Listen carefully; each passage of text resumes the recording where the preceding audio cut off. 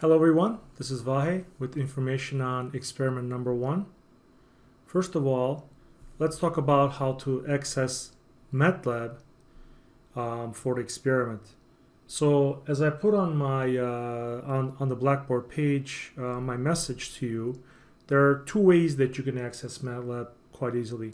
One is to install MATLAB on your computer, and I've given instructions on how to do so. The second way involves accessing MATLAB without installing anything on your computer, and that's by using a remote desktop that the university allows us to have, which is what's called a virtual computer or virtual lab. So first of all, if you do have MATLAB installed on your computer, you may already have it from a previous course, or you may have it from your community college, etc. There's either a icon on your desktop called MATLAB with some numbers after it. The R means release, so it might be R 2019, 2020, something like that. So simply double clicking on that will bring up MATLAB, or if it's not there, you can get to it through the menu item, the start menu item usually. So if you go to your programs and simply go to MATLAB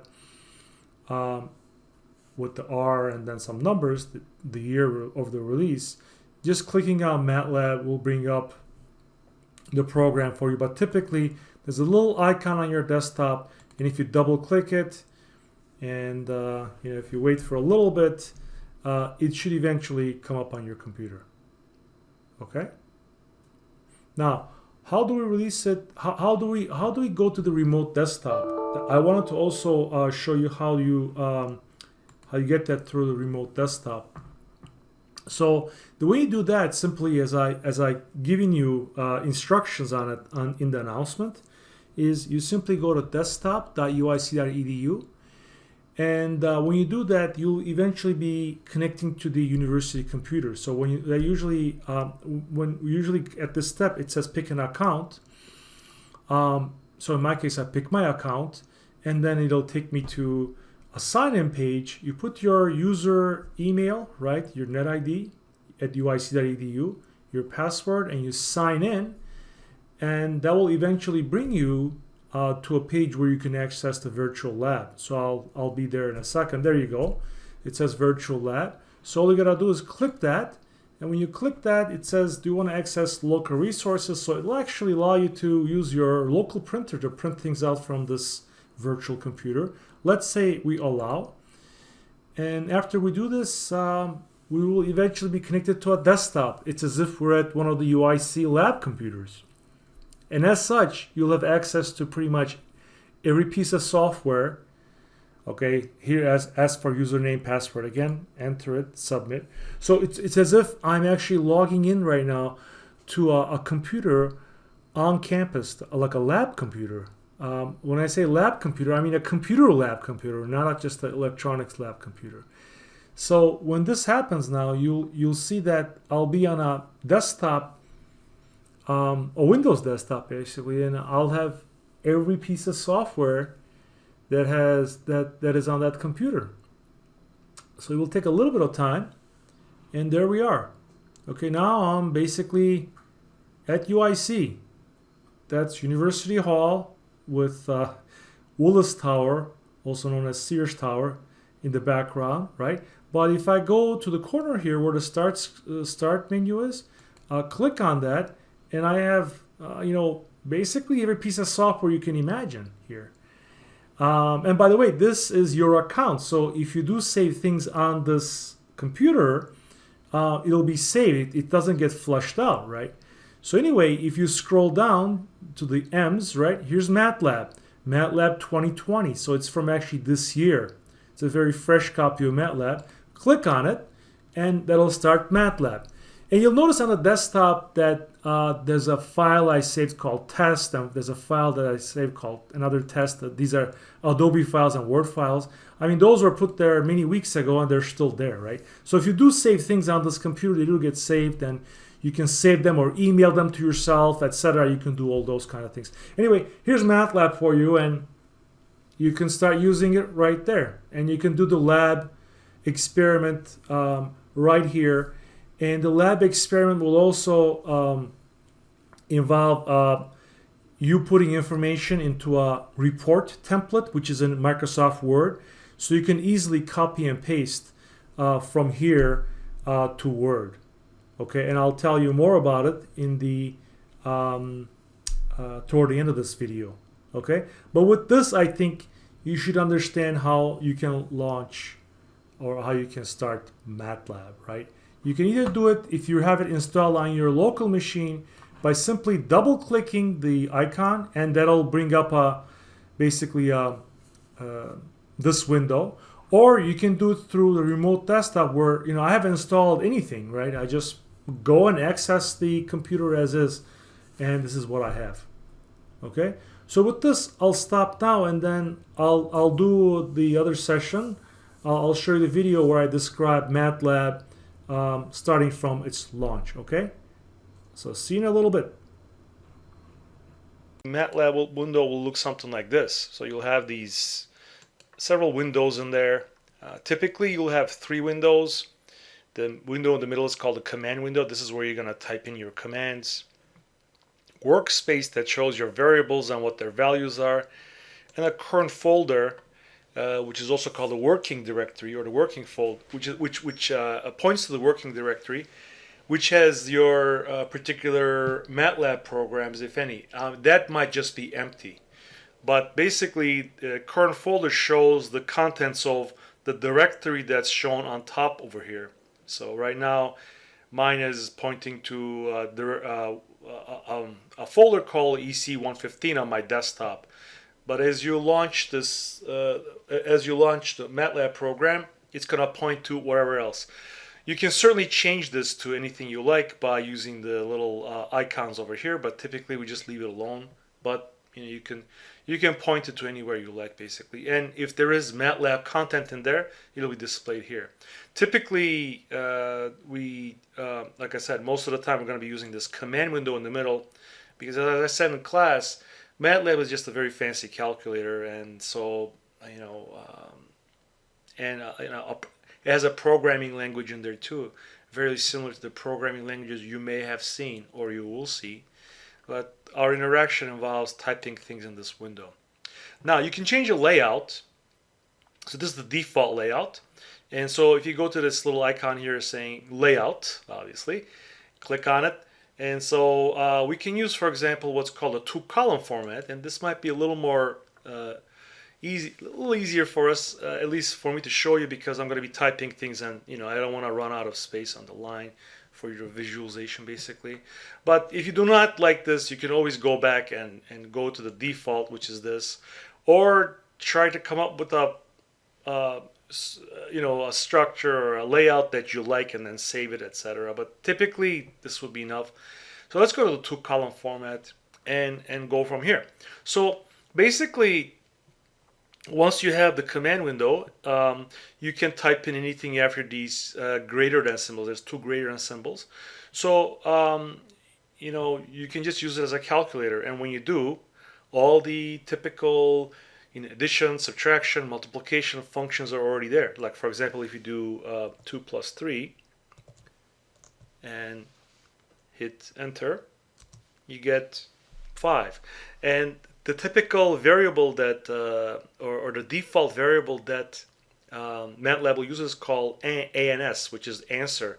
And right away you see that the ANS value is equal to 5 on the lower left-hand side where it says workspace. So unless you give it a variable, it's going to call it ANS. And if you do another calculations, for example, 3 minus 6 or something like that, it's going to keep overriding that ANS value. So if you want to keep track of your values, you normally assign it to a variable, like let's say x. So you say x equals 9 times 5 or something like that, and then you press enter, and now x is equal to 45. If you were to go ahead and call x something else, and you can keep overriding that x value, so you might want to assign a different variable if you like, right? If you want to repeat the old commands, if you want to go back to the old commands that you kept on entering, if you hit the up arrow, you will see your old commands. So whatever you were working with before, it'll all be in there. So you can go back and repeat the things that you did before. So that's another thing that you can get, you should be familiar with, so that you don't type in everything each time. But we can keep typing variables like this, y equals, 7 divided by 5, it'll, so all the commands are there, addition, subtraction, multiplication, division. I just did division, but you can also do division this way. You can say y equals, for example, 5, and then /6. I mean, that's something you might not have seen, but so it's going to put 6 on top of 5, so it's going to give you 6/5 actually. So that's something MATLAB also allows. Right? Looks a little weird, but you can think about it. If you think about it, you'll see that it's 6/5, 6/5. So 6/5 gives the same thing. So this is just a normal operation, as you know. MATLAB also has built-in functions. So I'll talk about the trig functions, sine, cosine, tangent. It's got those built in, but it also has the constant variables. For example, pi, right? So pi is built in. If you type in pi, press enter. So that's pi, and we can display more digits as well if you like. You do not want to use a variable name that's already been used as a built-in function, right? So if it's a built-in function or a built-in variable name, you typically don't want to use pi equals some variable that you like. You should use something else. Otherwise, that variable will get rewritten, or you might not be allowed to actually use the variable.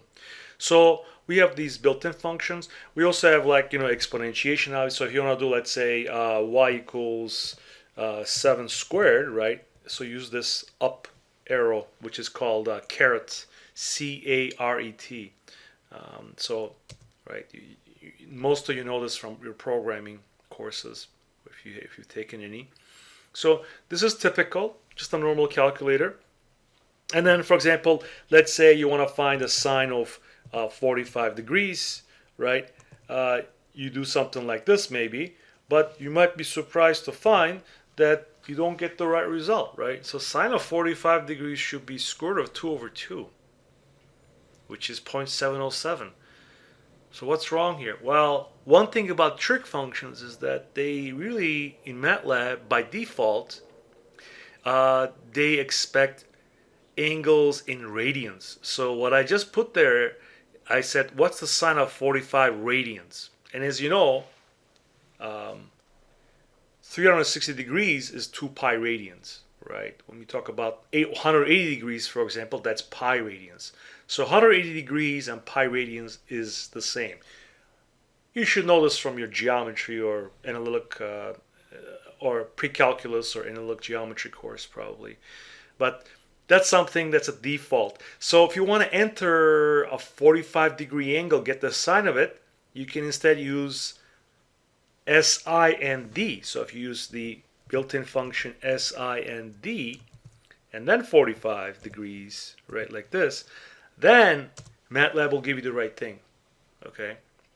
Now, nice thing about MATLAB is that it's got a lot of places where you can enter you can ask information like help information. So if you say, for example, help and the function name, I'll illustrate this a little later. Help function comes up, examples comes up. So it's got built-in documentation, and that's how you learn MATLAB. You try something, maybe it doesn't work. You look at the help, and you go on. You go forward. You learn from as I illustrated in class as well. Okay, so the functions with the d at the end, like sine d and cosine d, like for example, if you say cosine d, what's the cosine of 90 degrees, or let's pick something else like 30 degrees, right? You can use it this way, and you get 0.866. That's square root of 3/2. That's correct. But if you had said cos 30, I mean, what you're really doing is you're finding the cosine of 30 radians, and that's also correct. That's also correct, but you gotta know what you're putting in. Okay, so you got sine, cosine, tangent, and remember that you can convert from radians to degrees and back and forth by using the factor 180 over pi, right? So if I wanted to use, if I wanted to find, if you just wanted to find the cosine of 30 degrees, I could have done this, right? So instead of entering cos 30, I could have entered in cosine of 30 times pi over 180, right? So here, pi over 180 is the conversion factor, right? So 30 degrees is actually pi over 6. That's what that factor is giving you. Pi over 180 is kind of the conversion factor. So this will give you the cosine of 30 degrees. So it's as if I typed in cos d 30, right? You get the same thing, and you get the correct expression. So this expression here gave me the same result as this expression here. So you can look these up, just like you can say sine d, what's a sine of 78 degrees, right? So there you go. D stands for degrees, obviously. But the default is radians, remember that. Okay, we also have you can use ArcCosine, ArcSine, like inverse sine, inverse cosine function. Those are also available. Like if you say, basically if you say, what's the angle whose sine is 0.5, something like that, you get 0.5236. But remember, that's actually in radians, right?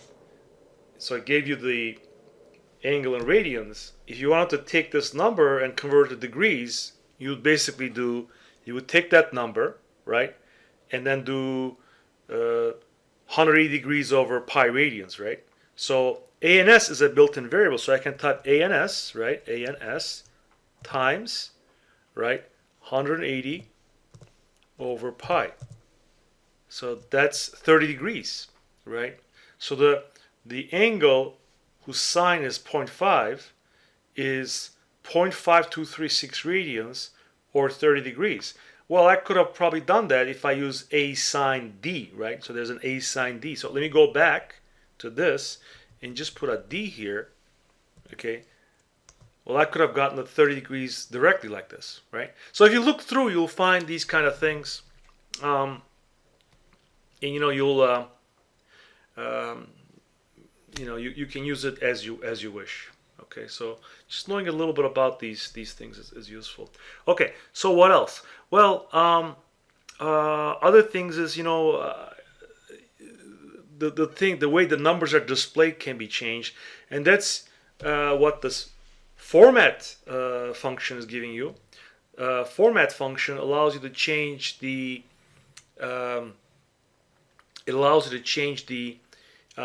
the way that the digits are displayed. If you're going to use scientific notation or other notation, so that's through the format function. If you say, for example, if you say format, okay, and you don't say anything after that, or if you say help format, for example, let's just do help format to see what you get. You're going to get a lot of stuff. You're going to get different kind of all kinds of information about. There's all these things called format short, format long. So once you type these in, the following calculations will have a slightly different format. I'm using the default. So I'll show you how that is just by one illustration, but you can read up, and you might be experimenting with it a little bit in the lab as well. But let me illustrate some other things. Like, for example, I have all these variables already in my system. For example, A and S, X and Y are variables in my system, as you can see, lower left-hand corner. Well, suppose I want to clear them out. Well, you just use the word clear. And now those variables are cleared. So that clears the variables and also the functions that are in there. And there's another command that might be useful. That's called the clear command. Okay, the clear window command. So if you say CLC, it clears the window and brings you to the top of the window there.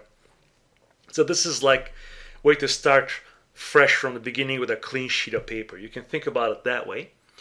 So let's just look at some other functions. Like, for example, square root, right? So if you say square root of 3, you get square root of 3. Square root of 2, right? 1.414, etc. Right? If you say square root of minus 1, right? that's allowed actually, and you get 0 plus 1i, so you get I. Or in electrical engineering, actually, we use J and not I, but MATLAB understands square root of minus 1.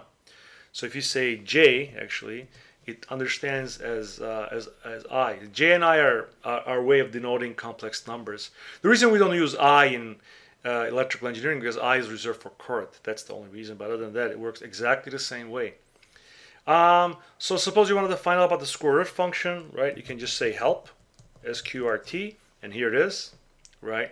Or you can go to the top here and top of the window and type in SQRT, and a lot of things will come up, including just the good old square root function. If you click, you'll get the MATLAB documentation. So you just, this is just built-in documentation. Scroll down and read it, and there might even be examples or other illustrations. But anyway, things are here for you to, consult basically. All the functions are well documented this way. So that's a square root function. For example, let's use the another function. Let's say hyperbolic sine, SINH, right? Hyperbolic sine of, let's say, 10. You get the number. It's a huge number. SINH, right? Let's say SINH 1, right? Don't know what this hyperbolic sine is? You just say help, right? Help, hyperbolic sine. It tells you it's a hyperbolic sine. Okay, it doesn't give you anything. Maybe you go up here and you say, okay, SINH, hyperbolic sine. Click on it, and you can read about it. You can read about it. There's a plot of it, etc. So this is very good to use. Very informative.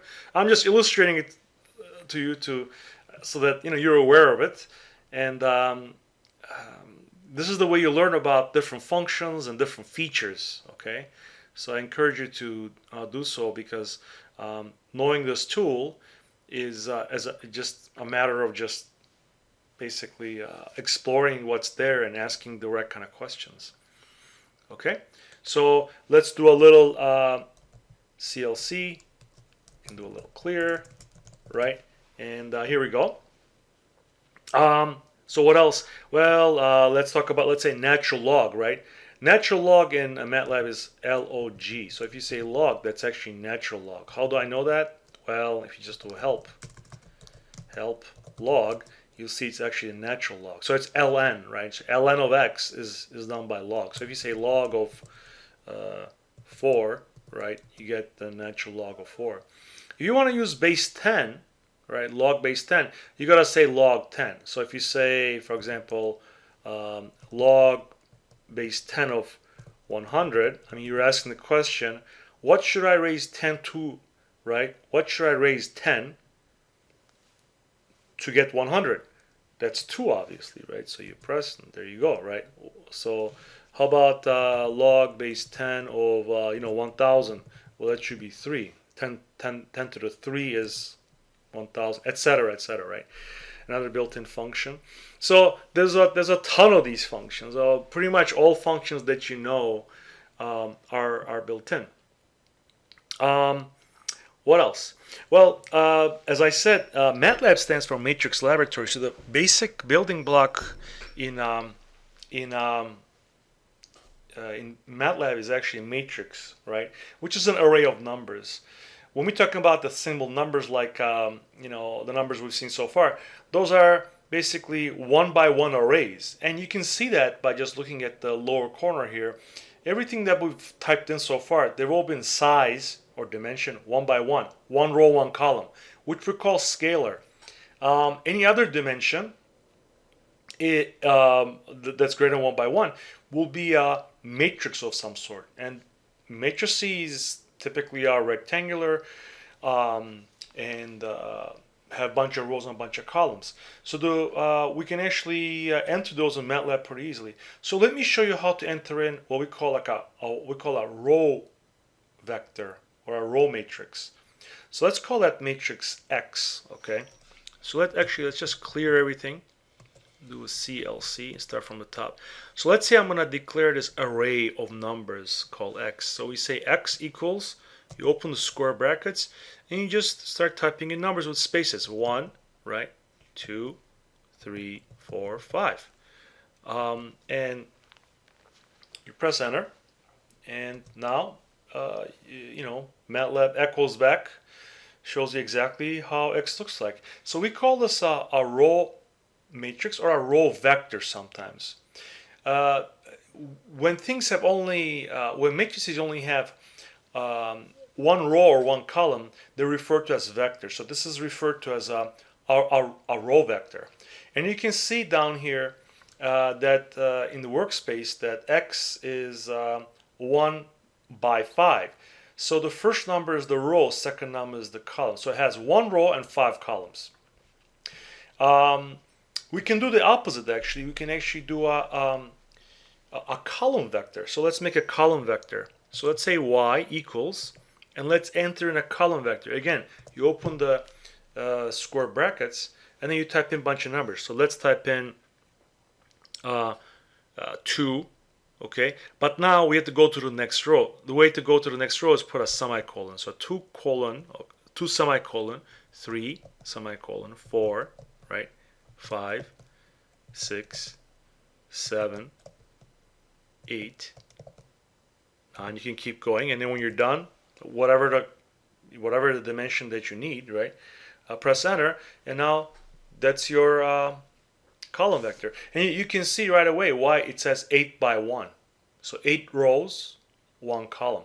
Another way to examine the dimension of a vector or any matrix actually is to use the size command. S-I-Z-E x gives you that x is 1 by 5, and S-I-Z-E-Y gives you 8 by 1. Exactly what's displayed over here. So these are very, very important things for us to, they're just way to keep things straight in case you forget. When you have 2 or 3 things, it's pretty straightforward to keep in track. But if you start getting 30, 40, 50, 100 of these things, this is very important. Okay, so we can also obviously make any size matrix you like. Let's call A, for example. Let's say A equals, you open the square bracket, and you say, for example, 1, 2, 3, colon, and then 3, 4, 5, close, right? So that's, obviously we have 2 rows and 3 columns. It's clear, it's also in the workspace. And then if you say size, right, if you say size of A, oops, I pressed enter without completing the expression, so it gave me an error, but that's okay. I didn't do anything wrong. I just didn't press A yet. Here we go, 2 by 3, right? So sometimes even by the errors you can determine, oh, I did something, or I missed the parentheses. MATLAB errors can set you straight. So as you can see, A is a 2 by 3 matrix, right? Okay. All right. So we can also use these vectors for other things. For example, when you're plotting 2 functions, or when you're plotting a function, typically, let's say a normal graph, we're plotting x versus y, for example. Well, you typically do that by picking points in x, and then calculating the corresponding points in y, and then doing x versus y, right? So that's typically what we do. So let's talk about how to generate an array by hand, right? Sort of manually. So let's clear all this. So let's say clear, and then CLC. So we're starting from scratch again. So let's say when I generate a bunch of numbers, right?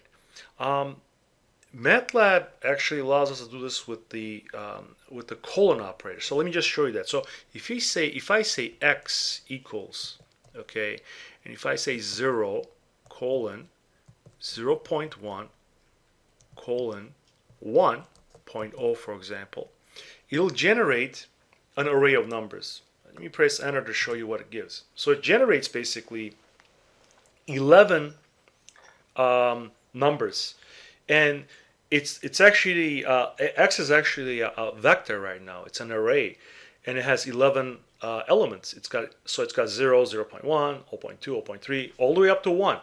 So what this is that the command is your starting point is 0, your end point is 1.0, and over here the middle number is the increment or the step. So this is saying generate a variable called x starting at 0, ending at 1.0 using steps of 0.1, right? So this is actually very useful. But as you notice, every time I type in something, MATLAB echoes back what that variable is. And it's not a big deal in this case, but let's say I generated a lot more of these, right? So let's say instead of going to 10, instead of going to 1, I went to 10, right? Then I would have 101. If you scroll through, it's a lot of numbers there. It's kind of annoying, right? So see all these things at once. And if suppose I did like 1,000, imagine I went and said, okay, I want steps of 0.01, right? Press this, and I just generated 1,001 points. You can see from here that it's that x is 1 by 1,001. One row, 1,001 columns. Well, if I don't want it to, if I don't want the MATLAB to give me back this echo each time, what I should really do is I should go back to my command and end it with a semicolon. Okay, press enter, and now my values are still stored as they are, but I don't get that echo of all these numbers going by. So this is actually very convenient. Let's just do a CLC to go to the top of the screen here. Okay, so now I have x 1,001 points, you can use this to generate all kinds of things. So let's use x to generate. We're gonna actually I'm gonna show you how to plot something. Okay, plot a sine wave, for example. So what we'll do is we'll first generate x values. So I'll use this. So I'll say x is equal to, okay, I'll say 0. And then I'll take steps of pi over 100. And then I'll go up to 4 times pi. Okay, so it's going to generate a number of points for me. And so the starting point is 0, end point is 4 pi. You'll see what this is in a second, but I'm going to do this, okay? Press enter.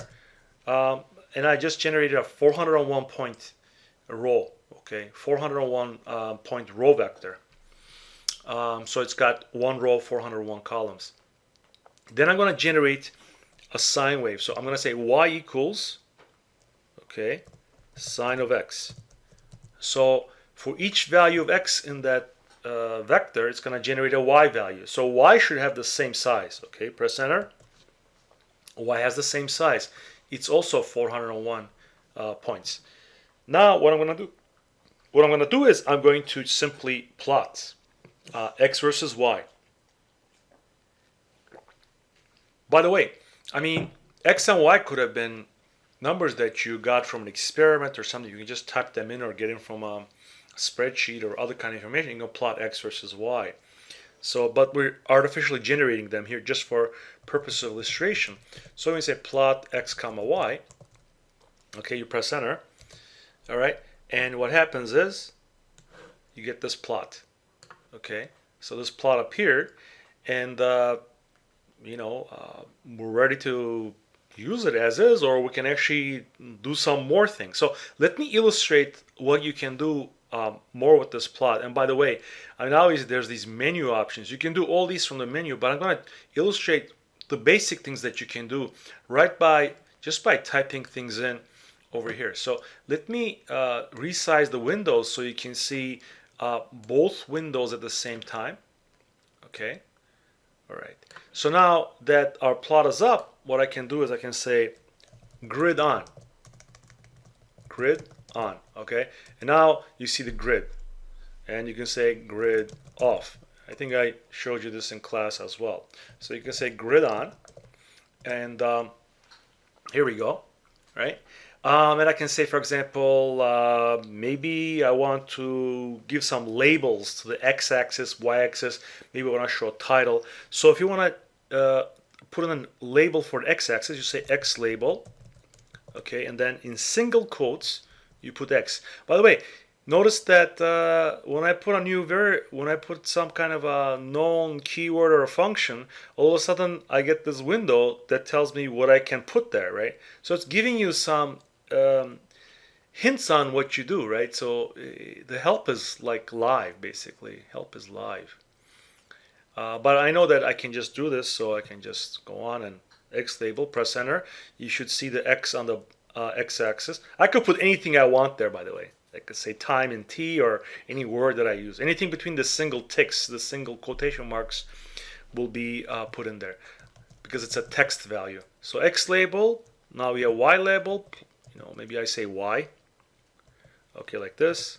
So now I have Y. And then the title, T-I-T-L-E. If I can type actually, would be nice. Single ticks, and I can say maybe plot of y of x equals sine x, and then close the quotes, close parentheses, click, and you got it. So that looks nice, right? And now you can print this, and typically though you can actually put this into a document. And the way you can do that is you can say from here, edit. If you say copy figure, this gets copied to the workspace or the scratch space in Windows. And let's say you had Word open, if you just say paste, there's your plot right there. Right, so this is a very easy way to include plot in reports. But typically in our labs, you might be asked to just sketch it because we want you to sketch the functions by hand to learn it. But if you're writing a long report and you had a lot of these things, you typically use something like this. You copy and paste the figure into your document this way. This is a good way to document what you're doing. And you can paste it into anything. I mean, it doesn't have to be a word. I'm just showing you this. Okay, now the other thing about MATLAB, of course, is that if you notice, suppose I quit my session, right? Well, all these things will go away. So let's say I close this function, and let's say I had cleared the screen, right? I would lose all this. So if I say, hey, this is a good this is giving me the function I exactly want. I want to be able to recall these commands. That's when you should actually save this into what's called a script. Script is basically a little program that has these functions back to back to back that you can replay later. So here's a way to do it. So if you go up here, you say new script. Okay, if we say a new script, MATLAB will open up a little editor window for you where you can type in your program. But since we already typed everything in down here, what I want to do is go here, and I just want to go and copy everything we have over here, and you just do a right click and say copy, okay, and come over here inside and say paste, okay, or Control C, Control V. That'll work too. So now all these functions are okay, but I don't want to turn grid off, so maybe I delete this part maybe, or whatever you want to have there, but this will pretty much do it, right? Declare the X, declare the Y, plot, put the grid on, X label, Y label, and the title, we're done, right? And then maybe I want to put a little comment, and comments can be done, by the way, by just putting in the percent symbol, and after the percent symbol saying, plot. So this is not a command, it's just a comment for me, and anything after a percent sign is considered comment. And MATLAB knows about this, so it's printing it in green. So a plot of sine x. Let me just give you a little command. So this tells me what this program is all about. I can put comments all over the place, but so this is not a command that MATLAB will execute. It's just there in the file. So what I'm going to do here, I'm going to save this as something, okay? As long as I don't save it as a built-in name like sine, cosine, or something. So what I'm going to do, I'm going to say save save as, okay, and I'll say, and notice that it opened up the save command in the working directory that I told you in the beginning, right? So I'll say, for example, like plot sine wave or something like that, name it anything you like, .m. .m is recognized as a MATLAB file. Save it. So now this has been saved, and right away you should see that it's actually being saved to that directory. It's called plot sine wave. Now the nice thing about this is that because this is saved, I can close it, right? And let me also go, so I'm back in the command window. Let me clear everything. So clear, clear, and then also CLC. So now there's no X or Y at all, but I can recall my function very easily by simply using the name of the file without the dot, without the M. So if I say plot sine wave, okay, my window pops up like that, okay. So if you have a lot of commands that you worked on and you typed it in and you got something that actually works or something you like, you can save it this way easily and then just run the command to just have the commands basically, it's as if you're typing in the commands one by one, back to back. So this is a good way to document things, right? And then if you want to open this up, of course, if you go to the file and you double click it, okay, the script comes up, the editor window comes up. You can edit it and see it and save it again, or save it as a new file and update it and expand it, etc. Okay. Anyway, I can go on and on and on about this, but I just wanted to give you a short description of the kind of things you can do, just to give you a taste of the kind of things that you could do. There's a lot of information here. There's a lot to learn, but to get started is actually quite easy, and you have to get started little by little. You can't do it all at once. So you just learn little by little, and you have to learn by doing it. I mean, just watching me is really not enough, as I mentioned. That's true with everything. So I hope you find this useful. I hope this prepares you for the lab. So if you watch this video and you look over the document, I think you really should be ready for the lab. The lab should be a piece of cake. We have 3 hours, but I don't think you really need 3 hours. And I just ask you to, give me any comments that you have.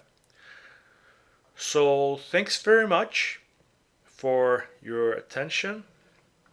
I hope you had a productive first 2 weeks, and I hope the rest of the semester goes well. So I will say goodbye for now, and I hope to see you in another video very soon. As always, please subscribe to my channel, or just come to class. Actually, that'll do it. You don't have to really subscribe to the channel. But anyway, goodbye for now. Over and out. I will see you next time. Thank you.